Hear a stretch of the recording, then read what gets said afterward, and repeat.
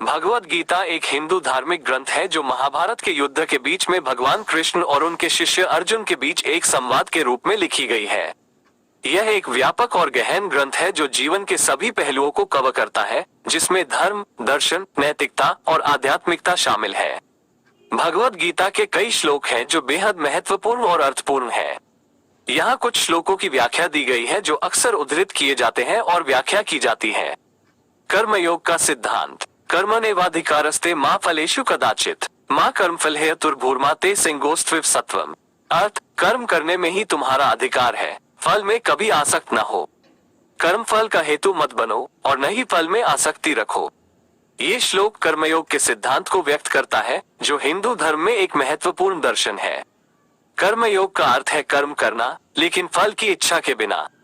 यह विश्वास है कि जब हम कर्म करते हैं तो हमें केवल कर्म करना चाहिए, फल की चिंता नहीं करनी चाहिए। फल भगवान की इच्छा पर निर्भर करता है और हमें उसे स्वीकार करना चाहिए। आत्मज्ञान का मार्ग। यदा न कर्म फल हेतुर्भवति तत्कर्म अकृत भवति नैष्कर्मयम् परम पवित्रमिति। अर्थ, जब कर्म फल का हेतु नहीं होता है तो वो कर्म अकृत हो जाता है। निष्कामता ही परम पवित्रता है। ये श्लोक आत्मज्ञान के मार्ग को व्यक्त करता है। आत्मज्ञान वो स्थिति है जब व्यक्ति अपने अस्तित्व की वास्तविकता को समझ जाता है। आत्मज्ञान प्राप्त करने के लिए हमें कर्मफल की इच्छा से मुक्त होना चाहिए। जब हम कर्म करते हैं तो हमें केवल कर्म करना चाहिए, फल की चिंता नहीं करनी चाहिए। भगवान की सर्वव्यापकता। यस्य सवे समावृयेन सर्वमिदं तिष्ठति यो न प्रसिद्धः पुरुषो न स्त्री न पुमान् स एव भगवान। अर्थ, जिससे सब कुछ व्याप्त है, जिस पर सब कुछ टिका हुआ है। जो प्रसिद्ध पुरुष नहीं है, न स्त्री है, न पुरुष है, वही भगवान है। ये श्लोक भगवान की सर्वव्यापकता को व्यक्त करता है। भगवान सभी में मौजूद हैं, लेकिन वे किसी भी रूप या नाम में परिभाषित नहीं हैं। वे पुरुष नहीं हैं, स्त्री नहीं है और न ही कोई अन्य रूप। वे केवल शुद्ध चेतना है। भक्ति का मार्ग। भक्ति योगेन योगिनो योगिना हृदि संस्थितो भवति नित्य युक्तो योग क्षेम स लभते। अर्थ, भक्ति योग से योगिनों में जो योगिनों के हृदय में स्थित है वह सदा युक्त रहता है और योगक्षेम को प्राप्त करता है। ये श्लोक भक्ति के मार्ग को व्यक्त करता है। भक्ति एक प्रकार का प्रेम है जो भगवान के प्रति होता है। भक्ति के मार्ग पर चलकर हम भगवान से जुड़ सकते हैं और उनकी कृपा प्राप्त कर सकते हैं।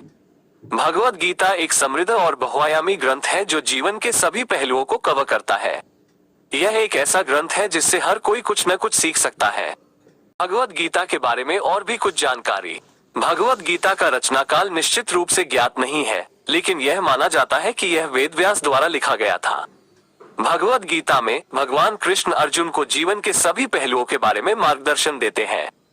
भगवद गीता में कई महत्वपूर्ण सिद्धांतों का उल्लेख किया गया है, जिनमें कर्मयोग, आत्मज्ञान और भक्ति शामिल है। भगवद गीता को दुनिया भर में कई लोगों द्वारा पढ़ा और अध्ययन किया जाता है। भगवद गीता का महत्व। भगवद गीता को हिंदू धर्म में एक महत्वपूर्ण धार्मिक ग्रंथ माना जाता है। यह एक ऐसा ग्रंथ है जो जीवन के सभी पहलुओं को कवर करता है, जिसमें धर्म, दर्शन, नैतिकता और आध्यात्मिकता शामिल है। भगवद गीता के कई महत्वपूर्ण सिद्धांत हैं जो लोगों को जीवन जीने का सही तरीका सिखा सकते हैं। भगवद गीता के कुछ महत्वपूर्ण सिद्धांत। कर्मयोग। कर्मयोग का अर्थ है कर्म करना, लेकिन फल की इच्छा के बिना। कर्मयोग के मार्ग पर चलकर हम कर्मफल के बंधन से मुक्त हो सकते हैं। आत्मज्ञान। आत्मज्ञान वो स्थिति है जब व्यक्ति अपने अस्तित्व की वास्तविकता को समझ जाता है। आत्मज्ञान प्राप्त करने के लिए हमें कर्मफल की इच्छा से मुक्त होना चाहिए। भक्ति। भक्ति एक प्रकार का प्रेम है जो भगवान के प्रति होता है। भक्ति के मार्ग पर चलकर हम भगवान से जुड़ सकते हैं और उनकी कृपा प्राप्त कर सकते हैं। भगवद गीता का प्रभाव। भगवद गीता का दुनिया भर में कई लोगों पर गहरा प्रभाव पड़ा है। यह एक ऐसा ग्रंथ है जो लोगों को जीवन जीने का सही तरीका सिखा सकता है। भगवद गीता के सिद्धांतों को दुनिया भर में कई धर्मों और आध्यात्मिक परंपराओं में अपनाया गया है। भगवद गीता एक ऐसा ग्रंथ है जो जीवन के सभी पहलुओं को छूता है। यह एक ऐसा ग्रंथ है जो हमें जीवन जीने का सही तरीका सिखा सकता है। भगवद गीता एक समृद्ध और बहुआयामी ग्रंथ है जो जीवन के सभी पहलुओं को कवर करता है। इसमें कई महत्वपूर्ण श्लोक हैं जो बेहद अर्थपूर्ण हैं। यहाँ कुछ अन्य महत्वपूर्ण श्लोकों की व्याख्या दी गई है। कर्म और कर्मफल। कर्मण्येवाधिकारस्ते मा फलेषु कदाचित मा कर्मफल हेतुर्भूर्मा ते सिंगोस्त्व कर्मणि। अर्थ, कर्म करने में ही तुम्हारा अधिकार है, फल में कभी आसक्त न हो। कर्म फल का हेतु मत बनो और न ही फल में आसक्ति रखो। ये श्लोक कर्म और कर्मफल के संबंध को व्यक्त करता है। कर्म फल के नियम के अनुसार प्रत्येक कर्म का फल होता है। अच्छे कर्म का अच्छा फल होता है और बुरे कर्म का बुरा फल होता है। लेकिन कर्म करने के पीछे हमारा उद्देश्य फल प्राप्त करना नहीं होना चाहिए। कर्म करते समय हमें केवल कर्म करना चाहिए, फल की चिंता नहीं करनी चाहिए। आत्मज्ञान। यदा न कर्म फल हेतुर्भवति तत्कर्म अकृत भवति नैष्कर्मयम् परम पवित्रमिति। अर्थ, जब कर्म फल का हेतु नहीं होता है तो वो कर्म अकृत हो जाता है। निष्कामता ही परम पवित्रता है। ये श्लोक आत्मज्ञान के मार्ग को व्यक्त करता है। आत्मज्ञान वो स्थिति है जब व्यक्ति अपने अस्तित्व की वास्तविकता को समझ जाता है। आत्मज्ञान प्राप्त करने के लिए हमें कर्मफल की इच्छा से मुक्त होना चाहिए। जब हम कर्म करते हैं तो हमें केवल कर्म करना चाहिए, फल की चिंता नहीं करनी चाहिए। भक्ति। भक्ति योगेन योगिनो योगिना हृदि संस्थितो भवति नित्य युक्तो योग क्षेम स लभते।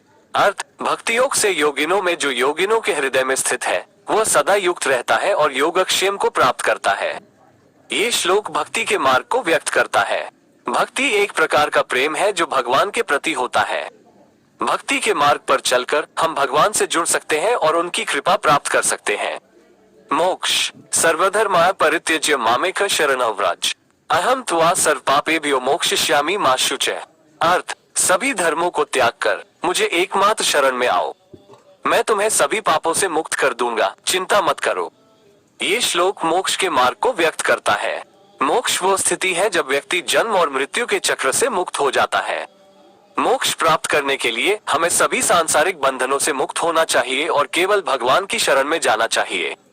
ये केवल कुछ उदाहरण है। भगवत गीता में कई अन्य महत्वपूर्ण श्लोक हैं जो जीवन के सभी पहलुओं पर प्रकाश डालते हैं।